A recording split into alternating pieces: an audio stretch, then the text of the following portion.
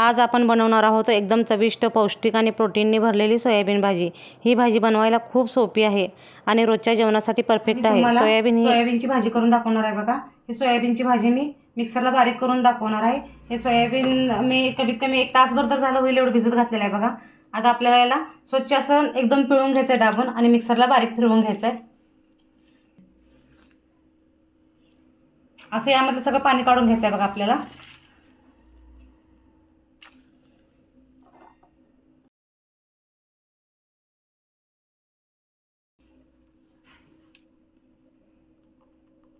अशा प्रकारे मी सोयाबीन स्वच्छ धुवून घेतलेलं आहे। आता आपल्याला याला मिक्सरला बारीक करून घ्यायचं आहे।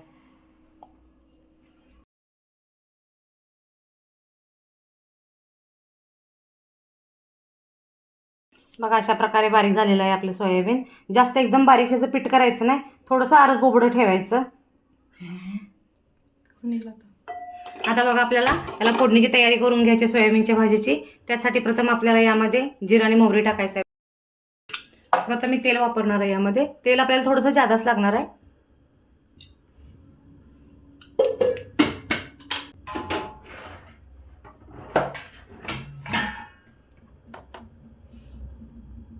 थोडंसं लहान चमचा मोहरी, एक अर्धा चमचा जिरं। आपलं जिरं मोहरी भाजलेलं आहे बघा। एक 7 ते 8 आपल्याला कढीपत्त्याची पानं घालायची त्यामध्ये।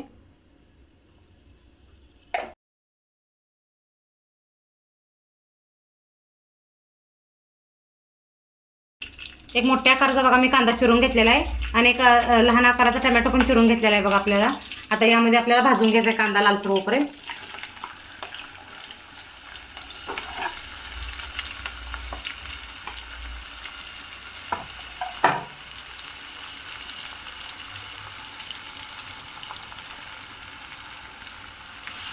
आपल्याला भाजतानाच थोडंसं मीठ टाकायचं आहे। मीठ टाकल्यामुळे कांदा आपला लवकर भाजतो, त्यामुळे यामध्ये आपल्याला मीठ टाकायचं आहे थोडंसं।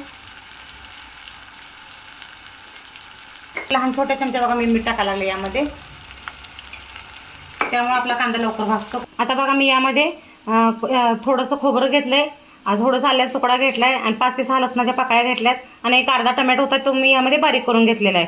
टोमॅटो असा टाकला की मुलं खात नाही, त्यामुळे असं बारीक करून घ्या तुम्ही। आता हे आपल्याला फोडणीमध्ये भाजून घ्यायचं आहे सगळं व्यवस्थित।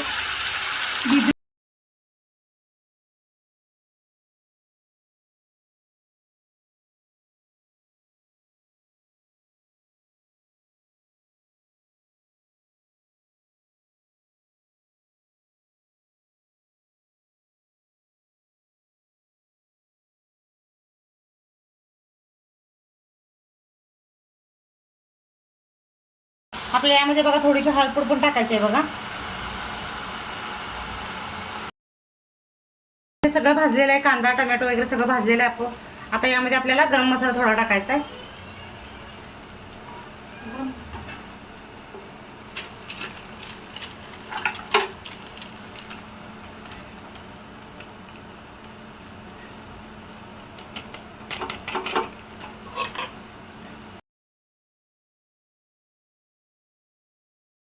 नंतर आपल्याला यामध्ये चटणी वापरायची आहे।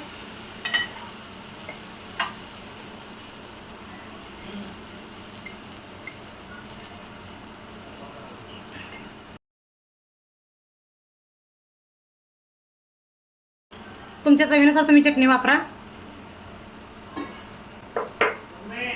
1-2 मिनिटात करतो मला व्हिडिओ करायला मला।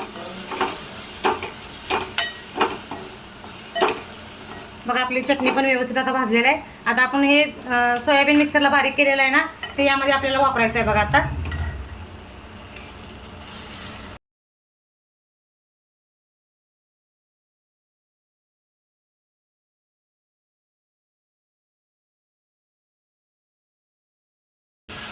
आपल्याला यामध्ये थोडंसं पाणी वापरायचं आहे। एक अर्धी वाटी होईल एवढं आपल्याला पाणी वापरायचं आहे बघा, नाहीतर हे आपलं एकदम सुक्क सुक्क होतंय आणि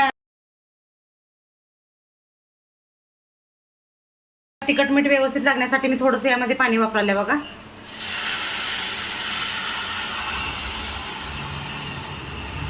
एक अर्धी वाटी होईल एवढं पाणी आहे बघा।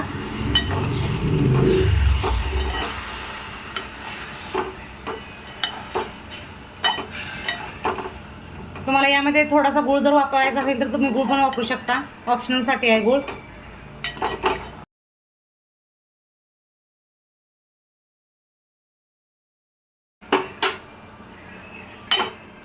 मगाशी मी मीठ थोडंसं कमी वापरलं होतं, थोडंसं आता मीठ पण मी टाकणार आहे बघा वरून याच्यावर.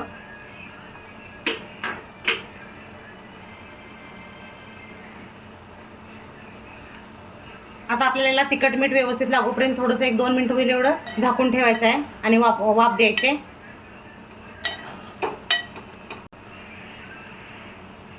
गॅस एकदम बारीक करायचा आहे बघा आपल्याला. आता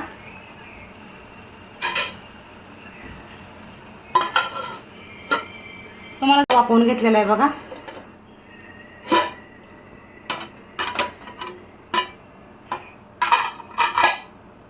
तुम्ही यामध्ये शेंगदाणे जर कूट मोठं जर करून टाकलं तरी पण चालतंय बघा. बघा अशा प्रकारे आपली सोयाबीनची भाजी तयार झालेली आहे. तुम्ही चपाती संगट किंवा भाकरी संगट खाऊ शकता. याचा भातासंगट तर एकदम भारी लागते ही भाजी. जास्त वेळ काय शिजवण्याची गरज नाही आहे याला.